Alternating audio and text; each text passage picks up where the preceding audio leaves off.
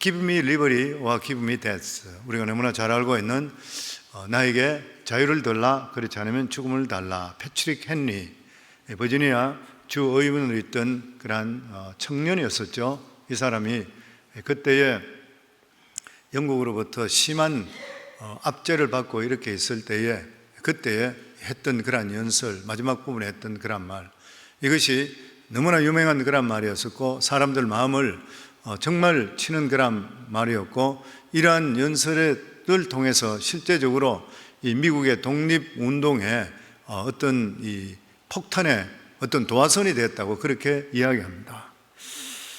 사람이 사람 되게 하는 것은 자유인 것이죠. 만약에 우리에게 자유가 없다면 살아있다 하더라도 산 것이 결코 아닐 것입니다. 사람에게 가장 고통스러운 것이 뭐냐면 자유가 없는 것이요. 생각 한번 해보세요. 우리에게 자유가 없다면 교회 오고 싶어도 교회 오지 못하고, 가고 싶어도 가지 못하고, 하고 싶어도 말을 하지 못하고, 자유가 없게 된다면, 그래서 사람들이 죄를 지어서 감옥에 가는 것을 가장 두려워합니다. 왜 그러냐면은 감옥에 가 있으면은 자유가 없어지니까. 사람의 본성 중에서 가장 중요한 것이 뭐냐면 다른 사람들과 함께 어울리면서 인정받고 존경받고 사랑받는 것이에요. 다른 사람으로부터 사랑과 인정을 받지 못하는 사람은 아무리 높은 직책을 가지고 있다 하더라도, 아무리 돈을 많이 가지고 있다 하더라도 결코 행복할 수가 없고 견딜 수가 없는 것입니다. 본문 말씀에 보면 드디어 이스라엘 백성들이 애굽 노예에서 탈출해서 자유를 얻게 되는 사실을 말씀하고 있습니다. 이스라엘 백성들은 무려 430년 동안 애굽에서 노예 취급을 당했습니다. 그러나 그들은 자기 힘으로 이 애굽의 억압에서 벗어날 수가 없었습니다. 그런데 이렇게 이 이스라엘 백성들에게 귀한 자유를 주신 분은 바로 하나님이셨습니다. 이스라엘 백성들의 이 출애굽이 중요한 이유는 오늘날도 모든 사람들이 같은 노예 상태로 있기 때문인 것이에요. 아마 이 말씀을 들으면 내가 무슨 노예 상태이냐 이렇게 이야기할는지 모르는 것입니다. 그런데 주님은 공생애를 처음 시작하시면서 우리 상태가 어떤지에 대해서 분명히 말씀해 주셨습니다. 누가복음 4장 18절에 19절에 보면 주의 성령이 내게 임하셨으니 이는 가난한 자에게 복음을 전파하려 하시고 내게 기름을 부으시고 나를 보내사 포로된 자에게 자유를, 눈먼 자에게는 다시 보게 함을 전파하며 눌린 자를 자유롭게 하고 주의 은혜를 전파하게 하려 하심이라 하였더라. 주님께서 주의 성령이 임하시면서 가난한 자에게 복음을, 가난에는 내적 가난과 외적 가난이 있습니다. 내적 가난이라는 것은 속 사람의 비참함인 것이죠. 에덴 동산에 쫓겨난 그러한 모든 인간들은 곧장 처참한 속 사람이 가난에 처해졌던 것이요. 왜냐하면 하나님과 교통이 끊어졌기 때문인 것입니다. 생명이 거는 데는 하나님으로부터 쫓겨난 인간, 죄로 말미암아 영혼이 죽어버렸던 것이요. 그러자 우리 속에 거주하던 하나님을 잃어버리게 되었을 때 처참한 내적 가난이 들어옵니다. 내적 가난이 우리 속에 찾아오게 되면은 삶의 방향을 잃어버리는 것이요. 내가 누군지, 내가 왜 사는지, 내가 죽으면 어떻게 가는지, 죄 가운데 태어나서 죄 가운데 살다 보니까 그냥 어떻게 잘 먹고 잘 살아야 되지 발버둥 치다가 서로 상처 주고 미워하고 질투하다가 어느덧 나이가 들어서 늙게 되면은 그냥 한 줌의 흙으로 돌아갈 수밖에 없는 것이에요. 어리벙벙하게 살다가 어리벙벙하게 죽는 것이에요. 내가 왜 사는지 이유도 모르는 것이에요. 그리고 왜 죽는지도 모르는 것이에요. 내 세에 대한 희망, 이런 것도 모든 것이 없이 그냥 살아가는 것입니다. 이것이 바로 내적 가난인 것입니다. 이와 같이 내적 가난 속에 있을 때에 예수 그리스도가 우리 속에 오게 됨을 통해서 천국 백성 삼아주시고 하나님 자녀 삼아주시고 천국을 바라볼 수 있게 됨을 통해 우리 속에 하나님이 주시는 내적인 풍요로움으로 내 영혼이 살아나는 놀라운 역사가 임하게 되어 있는 것이에요. 그리고 우리는 이 세상에 살아가면서 먹고 살기 위해서 너무나 발버둥 치고 있습니다. 외적인 가난인 것이죠. 그런데 성경의 말씀에 보면은 내 영혼이 잘된 같이 내가 범사에 잘된다 그랬어요. 고린도서 8장 9절에 보면은 우리 주 예수 그리스도의 은혜를 너희가 알거니와 부유하신 이로서 너희를 위하여 가난하게 되시면, 너희를 위하여 가난하게 되시면 그의 가난함으로 말미암아 너희를 부욕케 하려 하심이라. 아멘. 그래서 항상 우리 교회에서도 마지막에 우리 교회의 비전이 보면은 영적 육적 필요가 충족되는 교회, 우리가 예수 잘 믿게 될 때는 우리 영혼도 잘 되지만은 우리가 살아가는 모든 범사에도 반드시 복이 임할 줄을 믿습니다. 이게 주님의 뜻인 것이요. 아멘. 그리고 주님께서 우리를 포로된 자로부터 자유를 주시기 위해 오셨다 그랬습니다.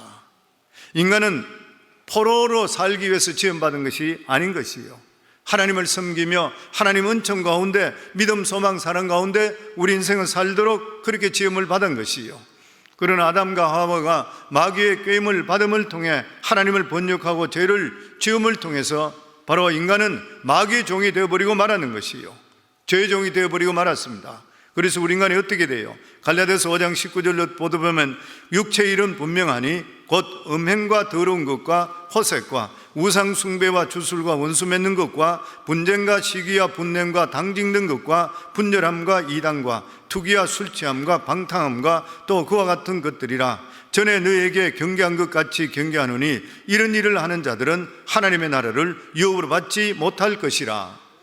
육체의 일은 어떠냐? 음행이고 더러운 것이고 호색이고 우상 숭배, 주술. 그래서 우리는 이 세상에 살아갈 때 보면은 하나님을 모르게 될 때는 세상 쾌락의 노예가 되어 있고 술과 아편의 노예가 되어 있고 도박의 노예가 되는 것이에요, 보면. 근데 예수 그리스도가 우리 속에 옴을 통해 우리의 육체를, 우리의 이런 모든 것들을 제거해 주시고 성령의 열매가 우리 속에 맺히게 만들어 주시는 것이요. 그리고 성경은 눈먼 자에게 다시 보게 함을 통해 주님께서 오시게 됐다 그랬습니다. 인간은 지음을 받을 때에 영안도 밝고 육안도 밝았습니다. 인간은 영적인 세계와 그리고 또한 이 물질적인 세계를 동시에 가지고 있었던 거예요. 그러나 아담과 하와가 선악과를 따먹고 범죄한 후에 영혼이 죽게 되자 영안이 어두워져 버렸습니다.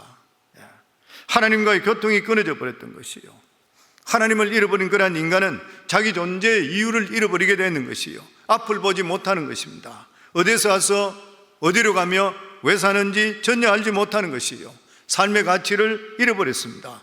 무엇 때문에 사는지를 모르는 것이요, 그저 자기 자신들이 고등동물로 생각하는 것이요, 무엇을 입을까, 무엇을 마실까, 무엇을 먹을까 추구하면서 세상에 부귀영화만 추구하다가 인간이 그냥 모든 종말로 끝나버리고 마는 것이요. 근데 예수님께서 오시게 되면은 우리의 영적인 눈이 뜨이게 되어 있는 것입니다.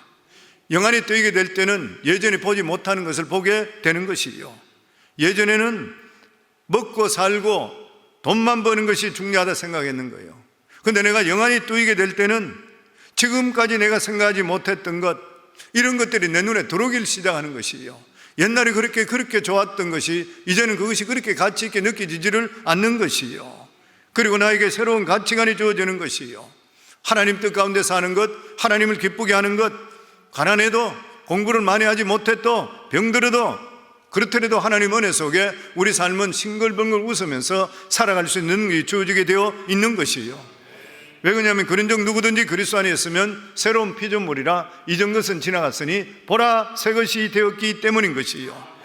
그리고 예수님께서는 눌린 자를 자유롭게 해주신다 그랬습니다. 사도행전 10장 38절에 보면 하나님이 나사렛 예수에게 성령과 능력을 기름 붓듯 하셨으며 저가 두루 다니시며 착한 일을 행하시고 마귀에게 눌린 모든 자를 고치셨으니 이는 하나님이 함께 하셨습니다. 성도는 마귀가 사람을 누르는 것이요, 사람은 억압하고 영적으로 병들게 하고 심적으로 불안, 공포, 좌절 이런 것들을 마귀가 갖다 주는 것이요, 육체적으로 눌려서 병들게 만드는 것이요, 생활을 파탄하게 만드는 것이 바로 마귀인 것입니다. 에덴 동산에서는 아담과 하와가 아무 눌림도 없었던 것이요, 아담과 하와는 에덴 동산에서 수고하고 무거운 짐이 없었어요. 보면은 하나님께서 모든 만물을 다 그들을 위해서 예배해 놓으셨는 것이요, 그들은 하나님만 믿고 따르면 아무 일이 없을 것인데도 불구하고 타락하게 되자마자 그들이 예배했던 이러한 세계에서 떠나버리고 말았던 것입니다. 그러면서 생활고가 눌러요. 많은 분들이 예수 믿는데도 많은 분들이 기도 제목이 뭐냐면 생활입니다. 생활고급 우리를 계속 누른 것이요. 그런데 예수님께 뭐라 그랬습니까? 그러므로 염려하여 이르기를 무엇을 먹을까 무엇을 마실까 무엇을 입을까 하지 말라. 이는 다 이방인이 구하는 것이라. 너희 천부께서 이 모든 것이 너에게 있어야 할 줄을 아시느니라. 너희는 먼저 그의 나라와 그의 의를 구하라. 그리하면 이 모든 것을 너에게 더하시리라. 믿으시는가요? 네. 그리고 또한 우리는 죄책과 그리고 정죄로 누님을 받습니다. 누구든지 죄로 말미암아 얻는 이 죽음에 대한 공포를 벗어날 수가 없는 것이요, 우리가 예수 그리스도를 영접하고 확실한 우리가 천국의 소망을 갖지 않고는 우리 인생은 결코 행복해질 수가 없는 것입니다. 얼마나 많은 사람들이 질병에 눌려 사는지를 모르는 것이요, 얼마나 많은 사람들이 영적인 질병에 있는지 몰라요. 부정적으로 말하고 폐쇄적으로 말하고, 이러한 모든 일들에 대해서도 예수 그리스도를 믿음을 통해서 우리에게 소망이 되고 희망이 되고 능력이 되고 성령이 우리 속에 내주하심을 통해 우리가 이 세상을 승리하는 삶을 살 수 있도록 만들어 주시는 것이에요. 그렇기 때문에 우리들이 주님께서 말씀하신 대로 다 눌린 자고 다 포로된 자이고, 우리 자신들은 정말 주님 없이는 살아갈 수 없게 되는 것입니다. 그러면서 오늘 여기 보면 역사상 사상 최대 탈출이 시작이 됩니다. 우리 37절에서 38절 저희들 같이 읽겠습니다. 이스라엘 자손이 람셋을 떠나서 숫곳에 이르니 유아 외에 보행하는 장정이 60만 가량이요 수많은 잡족과 양과 소와 심이 많은 가축이 그들과 함께 하였으며, 출애굽 사건은 인류 역사상 가장 대규모 노예 탈출인과 동시에 성공한 해방입니다. 수백만 명의 노예가 이렇게 탈출한 적이 어디에 있는 것이에요. 유대인들은 사람 수를 계산할 때에 여자와 어린이를 제외하고 성인 남자 수만 계산했습니다. 그렇게 하는 이유는 여자와 어린아이를 무시하는 것이 아니라 대표성의 원리죠. 대표성의 원리입니다. 성인 남자는 그 가정을 대표하는 거기 때문에 성인 남자를 카운트하면 가족 수가 나오게 되어 있는 것이죠. 그래서 이 탈출한 남자 수가 60만 명, 그 60만 가정이 탈출했다, 보통 그렇게 이야기하죠. 그런데 누가복음 12장 52절에 보면 히브리인의 한 가정의 수가 5명 정도로 보입니다. 그러면은 300만 정도로 해당되는 것이죠. 게다가 수많은 잡족들이 나왔다 그랬어요. 이 잡족들은 전쟁 포로로 잡혀갔든 뭐 어쨌든 간에 노예 생활을 하던 그러한 자들입니다. 그런데 이들이 함께 그들이 탈출했던 것이, 그리고 어떤 학자들은 300만보다 더 될 것이라, 이러한 잡족들까지 있기 때문에. 그런데 이 탈출을 누가 주도한 것인가? 하나님이 하신 거예요. 하나님께서 하나님의 약속을 이루시기 위해서 하셨던 것이에요. 하나님은 지금도 신실하게 약속을 지키시는 하나님이십니다. 우리 40절과 41절 같이 읽겠습니다. 이스라엘 자손이 애굽에 거주한 지 430년이라 430년이 끝나는 그날에 여호와의 군대가 다 애굽 땅에 나왔은즉, 이스라엘 백성들이 애굽에 거주한 기간은 430년이라. 하나님께서 아브라함에게 약속하신 약속을 하나님의 시간에 정확하게 이행하신 것이요, 하나님께서는 아브라함에게 이렇게 약속했습니다. 창세기 15장 13절에 14절의 말씀에 여호와께서 아브라함에게 이르시되 너는 반드시 알라. 내 자손이 이방에서 객이 되어 그들을 섬기겠고 그들은 400년 동안 내 자손을 괴롭히리니 그들이 섬기는 나라를 내가 징별할지며 그 후에 내 자손이 큰 재물을 이끌고 나올 것이라. 400여 년 전에, 창세기 15년 전에 15장에 하나님이 아브라함 주신 약속은 두 가지입니다. 하나는 400년이 끝날 때 그 땅에서 나올 것이라. 두 번째는 겨우 빠져나오는 것이 아니라 큰 재물을 이루면서 나올 것이라. 그래서 이스라엘 백성들의 출애굽은 어쩌다가 탈출한 것이 아니라 하나님의 언약의 약속을 이루기 위한 탈출인 것이고, 하나님의 큰 은혜와 부유함을 경험하는 새로운 출발이라.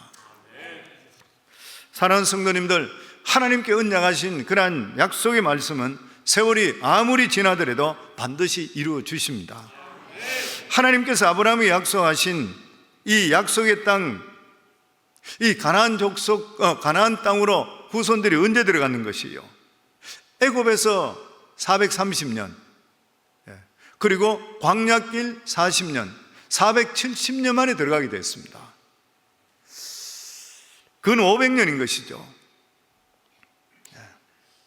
500년 시기는 어느 책에 보니까 한국 조선시대와 맞문다 그래요. 예를 들어서 태조 이성계에게 약속하셨던 것이 오늘 이 시대에 이루어졌다면 누가 믿을 수 있겠습니까? 500년 전에. 이것을 통해 하나님의 말씀은 시대를 초월하시는 거예요. 시대를 초월해서 이루어주시는 하나님의 약속의 말씀입니다. 그래서 하나님의 말씀은 아무리 오래돼도 상관없는 것이에요. 왜냐하면 하나님의 말씀은 살아있기 때문인 것이에요. 누구든지 믿는 자마다 성취되는 역사가 임하게 되어 있는 것입니다. 특별히 이 출애굽 사건은 1300년에 일어날 예수 그리스도 십자가의 사건을 예표하고 있습니다. 구원해 주시는 예표죠. 그렇기 때문에 하나님은 인류 역사 전체를 통해서 하나님의 구원을 이루 나가시는 하나님이시요.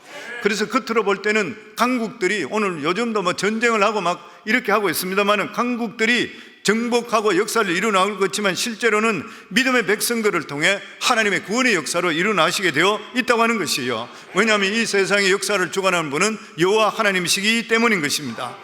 계시록 3장 7절에 보면 다윗의 열쇠를 가진 이 곧 열면 닫을 사람이었고 닫으면 열 사람이 없는 그가 이르시되, 다윗의 열쇠를 가지니 곧 열면 닫을 사람이었고 닫으면 열 사람이 없는 그가 이르시되, 다윗의 열쇠를 가졌다는 것은 하나님의 나라에 실제적으로 모든 것을 관리하는 권한인 것이요. 이 다윗의 열쇠라는 것은 구약의 이사야서에 나오는 거란 말입니다. 이사야 22장에 보면은 당시에 왕의 국고를 맡고 있던 셈나라는 사람이 있었는데 이 사람이 정직한 사람이 아니었어요. 그래서 하나님께서는 이 셈나를 쫓아내버리고 정직한 사람 이 hil기야의 아들 엘리야김을 다윗의 열쇠를 맡깁니다. 하나님은 엘리야김에게 절대적인 권한을 주셨는데 한 번 그가 결정하면 반대할 자가 없는 것이요. 엘리야김이 문을 열면 열리는 것이고 문을 닫으면 닫히는 것이요. 왕에게 임명받은 자도 이런데 하물며 세상 권세 다 가지고 계신 예수님은 어떤 분이신가? 하늘과 땅의 모든 권세를 다 가진 분이 바로 예수님이시요. 예수님이 한번 결정하시게 되면 모든 것들이 그대로 이루어지게 되어 있는 것이고, 한번 결정하시면 그것을 번복할 수 있는 사람은 이 세상에 아무도 없는 것이요. 그렇기 때문에 우리들은 하나님의 이 약속의 말씀을 우리 자신들이 반드시 믿는 것, 하나님의 살아계심을 믿는 것이 우리 삶에 성공할 수 있는 삶이 되는 것이고, 그리고 복 있는 삶이 되는 것이고, 그리고 또한 그를 통해 하나님의 역사가 임하게 되어 있는 것이에요. 그래서 이것을 400년 전부터 믿었던 사람이 있습니다. 바로 그 사람이 요셉입니다. 출애굽기 13장 19절에 보면 모세가 요셉의 유고를 가졌으니 이는 요셉이 이스라엘 자손에게 단단히 맹세하여 이르기를 하나님이 반드시 너희를 찾아오시리니 너희는 내 유고를 여기서 가지고 나가라 하였음이더라. 출애굽할 때 수백 년 됐던 유고를 가지고 그리고 가나안 땅으로 출발합니다. 요셉은 모태신앙이었습니다. 근데 그는 믿음이 절대로 흔들리지 않는 믿음의 사람이었습니다. 매 순간 하나님을 의식하며 살았습니다. 창세기에 보면 그는 한 번도 아브라함과 이삭과 야곱과 같이 직접적인 계시를 받지 못했습니다. 그럼에도 불구하고 그는 한 번도 신앙이 흔들리지 않았던 거예요. 그는 보디발의 종이 되어도 아주 충실하게 하나님이 죄짓지 않는 그러한 자세로 살았습니다. 그리고 아브라함 할아버지에게 약속하신 하나님께서는 반드시 그 후손을 약속의 땅으로 이끌어 줄 것을 믿었습니다. 그래서 요셉이 자손들에게 단단하게 맹세하는 것이 하나님이 반드시 너에게 찾아올 것이라. 언제 찾아올지는 모르지만 하나님의 약속이기 때문에 반드시 아브라함 할아버지에 주셨던 이 약속의 말씀이 이루어질 것이라. 그러니까 너희들은 내 유고를 여기 두지 말고 너희들은 데리고 가서 가나안 땅으로 가라. 예수님께서도 하나님께 주셨던 그러한 사명에 순종하면서 한 번도 흔들리지를 않았던 것이요. 그래서 요셉은 예수님과 가장 닮았던 그러한 사람. 그래서 성도님들, 우리가 자녀들이 어릴 때부터 믿음으로 양육하는 게 얼마나 귀한지 몰라요. 특별한 그가 어떤 눈으로 보이고 어떠한 환상을 보지 못했다 하더라도 어릴 때부터 믿음으로 자라서 흔들리지 않는 믿음이 될 때에 시대를 이끌어 나가는 요셉과 같은 사람이 태어날 수 있게 되어 있는 것이요. 저는 우리 성도님 자녀들에게 요셉과 같은 자녀들이 많이 태어나기를 주의 이름으로 축원합니다. 그리고 둘째로 구원은 전적인 하나님 은혜인 거예요. 애굽에서 노예로 있는 이스라엘 백성들이 애굽을 탈출할 때 한 것은 무엇이에요? 아무것도 한 것이 없어요. 모두 하나님이 했습니다. 이스라엘 백성들의 애굽을 떠날 수 있던 결정적인 사건이 무엇이에요? 장자의 재앙 유월절입니다. 우리 42절 저희들 같이 읽겠습니다. 이 밤은 그들을 애굽 땅에서 인도하여 내심으로 말미암아 여호와 앞에서 지킬 것이니 이는 여호와의 밤이라 이스라엘 자손들이 다 대대로 지킬 것이니라. 너희는 유월절 사건 때문에 애굽을 탈출하게 되었으니 유월절 사건을 대대로 지키라. 이스라엘 백성들이 애굽 백성들보다 죄가 적어서 살려준 것은 결코 아닌 것이에요. 죽음의 사자 앞에, 죄 지은 자들은 죽음의 사자 앞에 애굽이들이든 이스라엘 백성들이든 모두 다 죽어야 돼요. 그런데 하나님께서는 하나님의 명령대로 유월절 어린 양을 잡아 그 피를 문설주와 그리고 임방에 바르게 하시고 내가 그 피를 볼 때에 거기 집을 넘어가리라. 유월이라 넘어간단 말이잖아요. 들어가지 않고 넘어갈 것이라. 죽음의 천사가 어린 양의 피가 있는 집은 들어가지 않고 그냥 지나갈 것이라. 유월절의 핵심이 뭐예요? 어린 양의 피, 즉 그들을 대신해서 죽었던 어린 양의 피인 것이요. 하나님께서는 이스라엘 백성들만 살려준 것이 아니라 누구든지 어린 양의 피가 칠한 집에는 들어가 있는 자들은 살려주었습니다. 10가지 재앙 중에 7째 재앙인 우박이 내릴 때도 하나님께서 집안에 드리는 짐승들 사람은 다 살려주리라 그랬어요. 바로의 신하 중에서도 하나님 말씀을 두려워해서 그 종들과 그리고 가축을 집으로 피했던 자는 다 살았던 것이에요. 우리들의 구원도 마찬가지인 것입니다. 이미 하나님이 하신 것을 우리가 믿기만 하면 되는 것입니다. 하나님께서 어린 양 예수 그리스도를 이 세상에 보내주셔서 우리를 위해 십자가에 못 박혀 죽으시고 이것이 우리 죄를 위해서 죽으심을 믿는 자마다 죄 용서함을 받고 심판에서 보호해 주시는 거예요. 이게 하나님의 은혜인 것입니다. 우리가 믿지 않는 자보다 더 훌륭한 것이 있어요? 우리가 더 잘난 것이 있어요? 더 똑똑한 것이 있어요? 그게 아니라는 것이에요. 로마 3장 23절에 보면 모든 사람이 죄를 범하였으며 하나님의 영광에 이르지 못하더니 죄 없는 의인은 아무도 없다는 것이죠. 로마 3장 10절에 12절에 보면 의인은 없나니 하나도 없으며 깨닫는 자도 없고 하나님을 찾는 자도 없고 다 치우쳐 함께 무익하게 되고 선을 행하는 자는 없나니 하나도 없다는, 우리는 구원받을 수가 없다는 것이에요. 그런데 예수 그리스도께서 고난을 당하시고 우리를 죄에서 구원해 주셨습니다.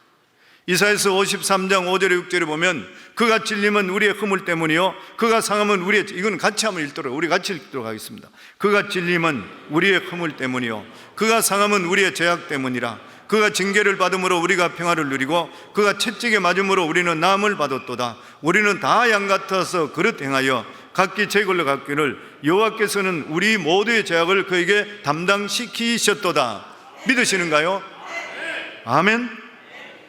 그렇기 때문에 구원은 행위로 근거를 하는 것이 아니라 하나님의 전적인 은혜요 선물인 것이에요. 에베소서 2장 8, 9절 우리 같이 읽도록 하겠습니다. 너희가 그 은혜를 인하여 믿음으로 말미암아 구원을 받았나니 이것이 너희에게서 난 것이 아니요 하나님의 선물이라. 행위에서 난 것이 아니니 이는 누구든지 자랑하지 못하게 함이니라. 아멘. 그래서 우리는 감격하고 감사하고 살아가야 되는 것입니다. 그리고 오늘 이 말씀에 보면은 하나님께 우리의 교훈하시는 게 뭐냐면 신앙에도 잡족이 있대요. 신앙에 잡족이 되지 말아야 돼요. 38절에 보면 수많은 잡족과 양과 소와 심히 많은 가축이 그들과 함께 하였으며, 수많은 잡족, 개역 성경에는 중단 잡족, 이 잡족들도 함께 출애굽했대요. 근데 이들이 무슨 짓을 했느냐? 민수기 11장 4절에 보면 그들 중에 섞여 있는 다른 인종들이 잡족이죠. 탐욕을 품으며 이스라엘 자손도 다시 울며 이르되 누가 우리에게 고기를 주어 먹게 하랴. 이 잡족들이 애굽에 있을 때 우리가 좋았다고 불평하기 시작했습니다. 이들이 광야로 따라 나왔던 이유가 어디인 것이요?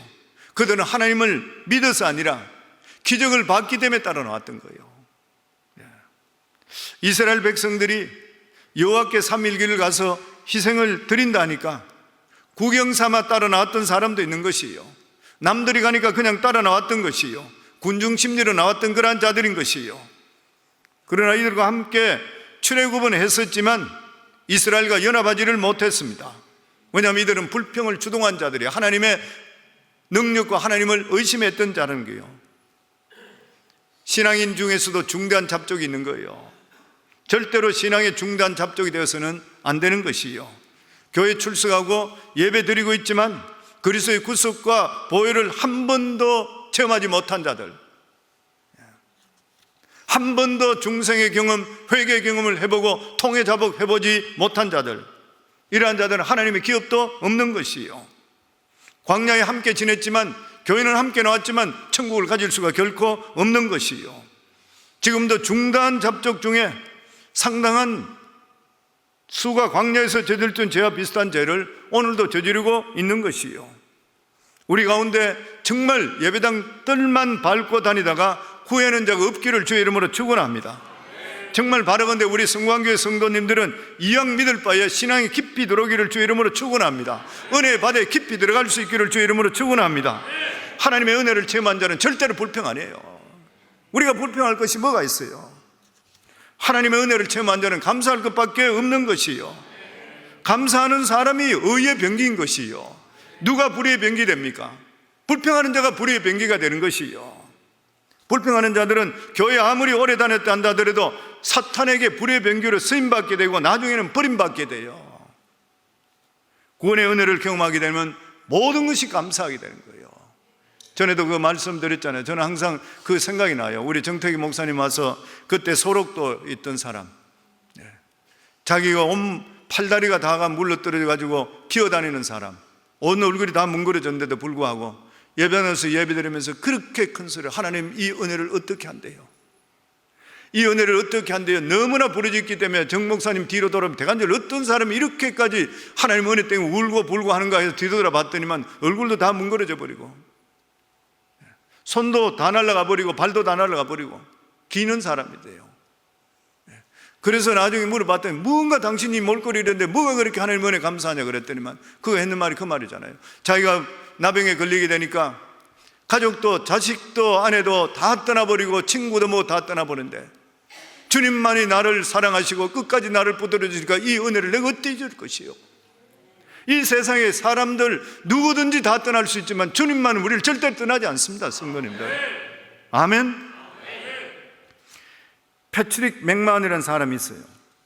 84세에 죽는 그런 사람인데 케네디 대통령이 작은 수리정 함정으로 있을 때에 부하였던 사람입니다. 그런데 어느 날 일본 구축함이 나타나면서 포격을 하는 바람에 수리정이 박살나 버렸습니다. 12명 중에 2명이 죽어버렸고 바로, 그리고 나머지 선원들은 불에 큰 화상을 입었는 거예요. 이 사람도 온몸에 화상을 입었어요. 그런데 케네디 대통령이 구명정을 입히고 나서 끈으로 입에 메고 이 사람을 붙들고 4시간이나 수용해서 섬까지 인도함으로 통해 생명을 건지는 그런 사람입니다. 그는 제대 후에 우체국에서 근무했는데 케네디 대통령과 계속적인 친분 관계를 가지고 있었답니다. 그의 아들, 이 맥마운 씨의 아들 윌리엄은 아버지에 대해서 이렇게 말했습니다.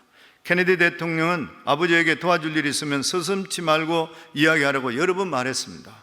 그럴 때마다 우리 아버지는 내 생명을 구해주었는데 더 이상 더 바랄 것이 무엇이 있겠습니까? 죽을 때까지 당신에게 감사할 뿐입니다 라고 말씀하셨고, 생명의 은인에 대해서 평생 감사하고 그를 위해서 기도했다고 하는 것이요, 우리들도 마찬가지잖아요. 우리를 구원해 주신 하나님의 은혜를 생각할 때 평생 감사가 끊어지지를 않아야 되는 것이요, 그래서 성경에 보면 감사로 제단을 쌓는 자가 하나님을 영화롭게 한대요. 가장 하나님 기뻐하는 게 뭐예요? 하나님께 감사하는 것이요, 그저 감사하는 것이. 그래서 기독교는 감사의 종교인 것입니다. 감사하는 자가 하나님 앞에 가까이 가게 되는 것이고, 감사하는 마음으로 예배드리게 될 때 은혜를 받게 되어 있는 것이요, 감사함으로 설교를 들을 때 능력을 체험하게 되어 있는 것이요, 감사하는 마음으로 순종하게 될 때 축복의 열매가 맺히게 되어 있는 것이요. 이렇게 감사하는 자는 어떻게 해요? 헌신의 삶을 살게 되어 있습니다. 헌신의 삶이죠. 감사하는 자가 헌신하는 것이요, 이 은혜를 어떻게 내가 보답할까? 말로만 생각하는 것이 아니라 어떻게 하면 하나님을 내가 기쁘게 하는 삶을 살까? 하나님의 성전인 이 교회에 내가 어떻게 하면 헌신할까? 당연한 일인 것이잖아요, 보면. 저는 우리 성광교회 성도님 모두 다가 정말 죽도록 하나님께 감사하고 헌신할 수 있기를 주 이름으로 축원합니다. 좋으신 하나님께서 그 사람 반드시 들어서고 축복해 주실 줄을 믿습니다. 그리고 마지막으로 43절에서 51절까지 보면 유월절 규례에 대한 그런 말씀입니다. 먼저 할례받지 못한 이방인은 누구도 유월절 음식을 먹을 수 없다 그랬습니다. 43절 같이 읽습니다. 여호와께서 모세와 아론에게 이르시되 유월절 규례는 이러하니라. 이방 사람은 먹지 못할 것이니, 할례는 침례를 의미하고 있는 것이죠. 침례는 예수 그리스도와 함께 내 옛사람이 죽고 그리고 물 위에 나옴을 통해서 예수 그리스도와 함께 새로운 사람이 되는 것이죠. 내가 새롭게 새 사람으로 부활한다는 것을 상징하는 것입니다. 그래서 침례를 받는 조건이 예수 그리스도를 죽으심이 내 죽음, 예수 그리스도 부활이 내가 새로운 사람 부활, 이것을 내가 믿는 것이요. 그래서 원칙적으로 침례를 받은 자만이 성찬, 죄 만찬에 참여하게 되어 있습니다. 왜냐하면 구원의 확신이 있고 예수와 함께 내가 죽고 다시 살았다는 것, 이 구원의 고백이기 때문인 것이요. 그래서 고린도전서 11장 29절에 보면 주의 몸을 분별하지 못하고 먹고 마시는 자는 자기의 죄를 먹고 마시는 것이니라. 주의 몸인 떡과 주의 이 피인 잔을 마시면서 주님의 대속을 믿지 않는다 그러면 죄인 것이요, 죄인 것이잖아요. 할례 받지 못한 이방인들은 비록 이스라엘 백성들과 섞여 함께 광야에 나왔다 하더라도 유월절 어린 양에 대한 믿음이 없기 때문에 유월절 양을 먹지 말라는 거예요. 함께해서 신앙생활을 하여도 예수 그리스도를 구세주로 모시지 못한 자는, 그리고 침례받지 못한 자는 천국 백성이 될 수가 없다는 것이에요. 그러면서 44절 보면 각 사람이 돈으로 산 종은 할례를 받은 후에 먹을 것이며, 48절에 보면 너희와 함께 거류하는 타국인이 여호와의 유월절을 지키고자 하거든 그 모든 남자는 할례를 받은 후에야 가까이하여 지킬지니 곧 그는 본토인과 같이 될 것이나 할례 받지 못한 자는 먹지 못할 것이라. 이방인도 회개하고 돌아오면 침례를 받으면 구원에 참여하게 되어 있다고 하는 것입니다. 이스라엘 백성들이 자기 힘으로 구원받은 것이 결코 아닌 것이요, 하나님의 은혜로 받게 된다면 이방인들도 마찬가지로 구원의 자격은 자기들 자신은 없지만 하나님의 은혜에 얼마든지 참여할 수 있다는 것이요. 그래서 로마 10장 13절에 보면 누구든지 주의 이름을 부르는 자는 구원을 받으리라. 누구든지란 거예요. 전에도 이야기 드렸던 일본에 낳은 최고의 전도자, 그리고 저술가, 그리고 자선사업가 박예자, 가가와 도요히코 목사, 기생첩의 아들로 태어났다 그러죠. 그런데다가 사람들에게 천대받고 자란 데다가, 그런데다 폐병 3기까지 되어서 병원에서 의사가 곧 죽을 것이라까지 하는 희망을 다 잃어버려 살던 그런 사람. 어느 겨울 햇빛이 쬐는 담장에 그냥 쪼글시고 앉아가지고 있는데 전도단이 지나가는 것이에요. 전도단이 북을 치고 찬송하면서 예수 믿으세요, 하나님의 자녀 되는 권세를 주십니다. 그러면서 그에게 전도지를 주고 가는 거예요. 그는 자신도 모르게 벌떡 일어나 그 전도지를 들고 그 사람을 붙들고 물어봅니다. 나같이 가난하고 병들고 천한 기생의 첩으로 태어난 그러한 자도 하나님의 자녀가 될 수 있습니까? 그러자 그 사람이 그럼요, 누구든지 예수 그리스도만 믿으면 하나님의 자녀가 되는 축복을 주십니다. 그 말에 감동돼서 그는 그 예수 그리스도를 영접하게 되고, 그리고 평생을 하나님께 헌신하며 신학을 졸업하게 되고 일본에서 태어난 세계적인 신학자 박예자가 되었습니다. 누가 살려줬어요? 예수가 살리는 거예요. 아멘.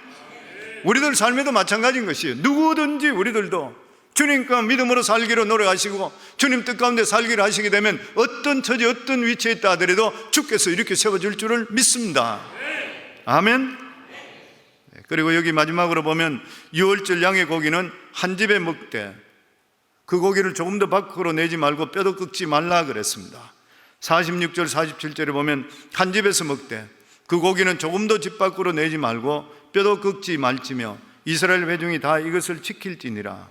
유월절 어린 양의 고기는 식구 단위로 모두 먹어치우고 그 고기를 이웃으로 옮겨는 안 된다는 것이요. 이것을 보고 학자들은 이야기할 때 연합의 의미를 준다 그래요. 유월절 음식에 참여하는 자는 하나로 통일을 가진 것처럼 주님의 뜻과 잔을 마시는 성도들 모두 다는 하나의 연합의 공동체를 이루는 것이라. 그리고 주님의 핏값을 주고 사신 교회는 언제나 하나 되어야 되는 것이요. 왜냐하면 예수 그리스도로 말미암아 우리 모두 다가 한 형제 자매 되었기 때문인 것입니다. 그리고 거기는 집 밖에 내지 말고 뼈도 꺾지 말라. 이 말씀은 예수 그리스도가 십자가에 못 박혀 죽으실 때 뼈가 꺾이지 않기 때문에 그 말씀을 예표하는 것이라. 예수님의 십자가의 희생을 존중히 여기면 복음을 귀중하게 생각하는 그런 말씀입니다. 성도 여러분, 구원의 은총, 하나님의 자녀된 축복, 이거는 너무나도 귀하고 값진 것이요. 이것을 값싸게 평가해서 에서와 같이 팥죽 한 곳에 파는 이러한 일들이 우리 삶 속에 일어나서는 결코 안 되는 것이요. 우리 삶의 이 진실로 예수보다 더 귀한 것은 없는 줄을 믿습니다. 이 세상에 어떤 부귀 영화도 우리는 절대 바꿀 수가 없는 것이요. 결론적으로 우리가 살고 있는 이 땅은 무척이나 안일하고 그리고 또한 편리주의 경향이 있습니다. 요즘 생활이 얼마나 편리합니까? 옛날과 비교할 수가 없는 것이요. 근데 현대 사람들은 더 편리한 것을 계속적으로 찾는 것이요. 근데 이러한 것들이 병적이 돼서 신앙 속에도 파고들고 있는 것이요. 교회 가는 것이 힘들게 되니까 집에서 예배를 드리고 헌금도 교회적으로 와서 하나님께 예배 드리고 드린 것이 아니라 적당히 해버리는 경우들이 너무나 많이 있습니다. 십자가 없이 은혜만 구하는 신자들이 많아지고 있다고 하는 것이요. 믿음으로 구원을 받았으니 십자가는 주님께 지셨으니 나는 편하게 예수만 믿으면 된다는 생각을 하고 있는 사람들이 너무나 많이 있는 것이요. 믿음을 끝까지 가지고 끝까지 경주해서 승리해야 되는데도 불구하고 그렇게 가는 사람들이 많지를 않다고 하는 것이요. 항상 제자리를 지키고 하나님 기뻐하시는 자리에 서는 것보다도 적당히 그냥 살아가는 그러한 신앙인들이 너무나 많이 있다고 하는 것이요. 마틴 루터는 믿음으로 구원을 얻는 것이 행함으로 구원을 얻는 것보다 더 힘들다 그랬어요. 믿음을 지키는 게 절대 쉽지 않습니다. 성도님들, 우리가 어떻게 헐겁게 적당히 신앙생활을 할 수 있어요? 어느 순간에 내가 어떻게 될지 모르는 일인 것인데 내 신앙이 옛날 신앙과 내 신앙이 어떤 것이에요? 항상 우리 자신들을 생각하고 돌아볼 수 있어야 되는 것이에요. 보면 누가복음 13장에 어떤 사람이 주님께 묻습니다. 어떤 사람이 여짜오되 주여 구원을 받을 자가 적으니까 그들에게 이르시되 좁은 문으로 들어가기를 힘쓰라. 내가 너에게 이르노니 들어가기를 구하여도 못하는 자가 많으니라. 힘쓰라. Make every effort to enter the narrow door. 할 수 있는 만큼 최선을 다해라. 무슨 말인 것이 생각해라. 그리고 너희 믿음 생활에는 고난이 있다. 고뇌를 하면서 신앙생활하라. 적당히 하는 것이 결코 아니라는 것이요. 천국이 들어가는 게 그렇게 쉬운 일이 아니라는 것이요. 우리 삶 속에 우리가 예수 믿고 그러고 나서 바로 죽어버리면 그냥 천국 가버리지만 우리가 천국 가기 위해 이 살아있는 동안은 삶이 결코 쉽지 않는 거예요. 고뇌하며 살아야 되는 것이고, 그렇지 않으면 안일주의로 평안주의로 끝나버리고 우리 신앙이 어느 순간에 우리 올바른 신앙이 되지를 못하게 되어 있는 것이요. 그래서 주님께서 우리에게 말씀합니다. 좁은 문으로 들어가길 힘쓰라. 얕은 물에 찰싹거리지 말고 깊은 신앙에 물러 들어오라. 주님의 십자가, 고난의 잔을 마신 주님, 나를 위해 고난당하신 예수 그리스도, 그분을 기억하면서 은혜에 감사하고 나의 삶을 주님의 몸된 교회를 위해서 그리고 하늘나라를 위해서 고난의 잔을 마시겠다는 굳은 결심을 하면서 너희들은 신앙생활을 하라, 그 말씀하는 것이요. 저는 우리 성광교회 성도님 모두 다가 적당히 얕은 물에 찰싹거리는 것이 아니라 자기 자신을 항상 믿음적으로 생각하고 고뇌하면서 좁은 문으로 믿음의 뜻을 이룰 수 있는 저와 여러분 다 될 수 있기를 주의 이름으로 축원합니다.